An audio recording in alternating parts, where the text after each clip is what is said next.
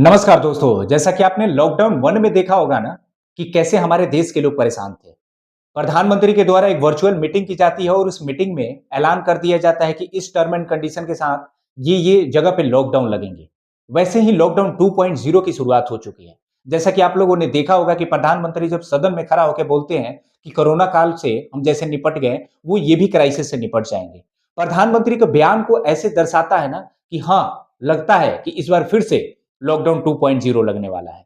हम बात करते हैं ना कि प्रधानमंत्री के बयान और आखिरकार राज्य में मचे महामारी के बीच क्या लॉकडाउन 2.0 फिर से लागू होने वाला है? दोस्तों, देखने की जरूरत है। पेट्रोल पंप पे लंबी-लंबी कतारें लगी हुई है। जब हमारे यहाँ डीजल और पेट्रोल की कमी नहीं है तो ये कतारें क्यों लगी है? हो सकता है कि अफवाहें की वजह से लगी है। लेकिन ये अफवाह किसने फैलाया है? सरकार के द्वारा ऑफिशियली जारी किया जाता है कि पेट्रोल और डीजल पे इतने-इतने प्राइस पे हाइक दे दिए जाते हैं। क्या प्राइस को बढ़ाना ये कहीं दर्शाता है क्या कि हो सकता है कि पेट्रोल और डीजल की हमारे यहाँ क्राइसिस हो चुकी है? किसी-किसी राज्य में तो पेट्रोल की किल्लत हो चुकी है। किसी-किसी राज्य में देखा जाए तो प्रीमियम पेट्रोल को बेचा जाता है, केवल नॉर्मल पेट्रोल को बंद ही कर दिया जाता है।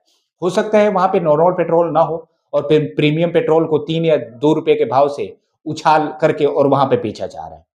लेकिन दूसरों अगर दूसरे जगह बात किया जाए, तो गैस को क्राइसिस को लेके हर राज्य में परेशानी है।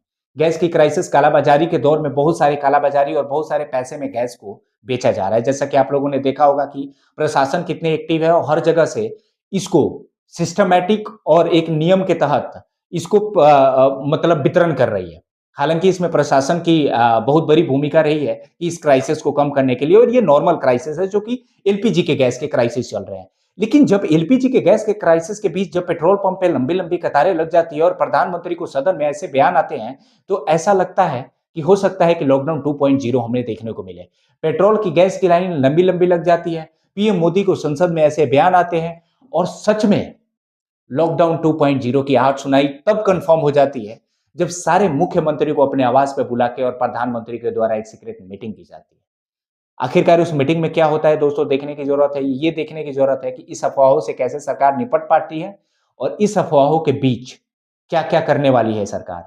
हालाँकि अगर बात किया जाए तो लॉकडाउन के समय सरकार बहुत ही अच्छे से प्रॉपर तरीके से काम करके और लॉकडाउन को संचालित किया था। जैसा कि आप लोगों ने देखा होगा कि एक बैक कोविड महामारी से बचने के लिए बहुत सारे नियम कानून लगाए गए थे, बहुत सारी चीज़ों को ध्यान में रखा गया था, बहुत सारे लेबर लॉज़ लगाए गए थे।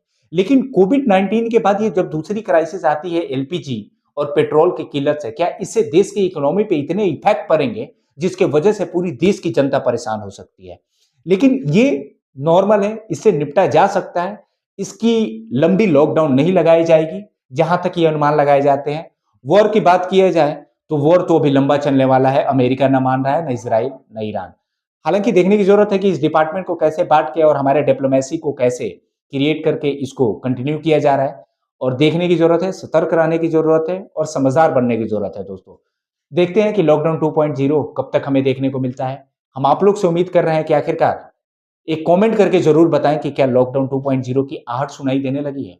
क्योंकि वहाँ पे जब प्रधानमंत्री के आवास पे जब मुख्यमंत्री का निमंत्रण भेजा जाता है और आवास पे एक मीटिंग को रखा जाता है ना, तो ऐसा लगता है कि लॉकडाउन 2.0 फिर से लगने वाला है। मैं आपसे पूछना चाहता हूँ, हालाँकि ये अफ़वाह है, लॉकडाउन 2.0 नहीं लगने वाली है। मैं आपसे पूछ रहा हूँ, क्या अगर लगेगा तो आप लोग तैयार हैं?